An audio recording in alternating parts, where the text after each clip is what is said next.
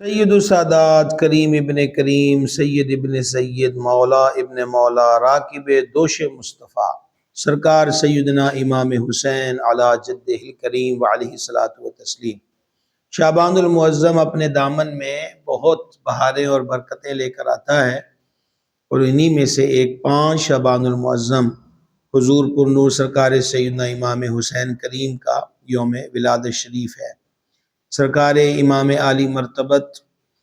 کے مبارک کانوں میں اذان حضور اقدس صلی اللہ علیہ وسلم نے کہی، اور گڑتی بھی حضور علیہ السلام نے اپنے لعاب اقدس کی عطا فرمائی۔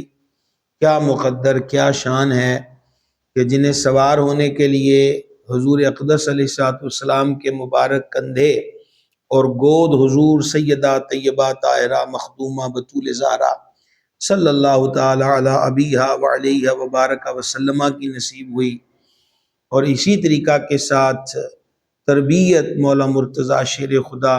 کرم اللہ تعالی وجہ الکریم کی جناب سے مرحمت ہوئی۔ سرکار سیدنا امام کریم کی خدمت میں ایک کنیز نے گلدستہ پیش کیا۔ آپ نے فرمایا جا تو اللہ کے لیے آزاد ہے۔ اس کنیز نے عرض کی محض ایک گلدستے پر آپ مجھے آزاد فرما رہے ہیں؟ امام عالی مرتبت نے ارشاد فرمایا کہ اللہ پاک نے ہمیں یہی ادب سکھایا ہے۔ حضور پر نور سرکار سیدنا امام حسین رضی اللہ تعالی عنہ نے ارشاد فرمایا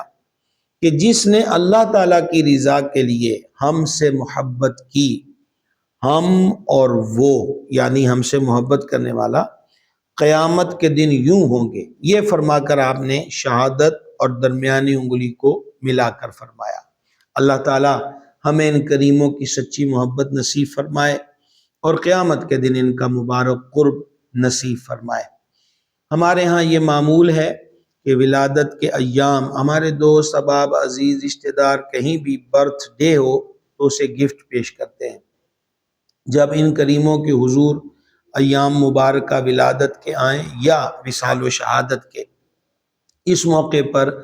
ان کی خدمت میں تحائف اور خراج عقیدت پیش کرنا، اس کو بھولنا نہیں چاہیے، اور تحفے میں چوائس کا خیال کیا جاتا ہے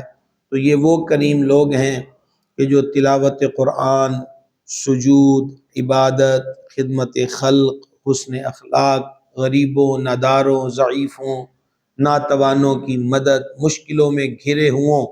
کہ مشکلوں کو دور کرنے کے لیے سعی اور کوشش، یہ ان کریموں کی سیرت کا مختصر سا تذکرہ ہے۔ تو ہمیں بھی کچھ نہ کچھ اپنا کر ان کریموں کی جناب میں تحفے پیش کرتے رہنا چاہیے۔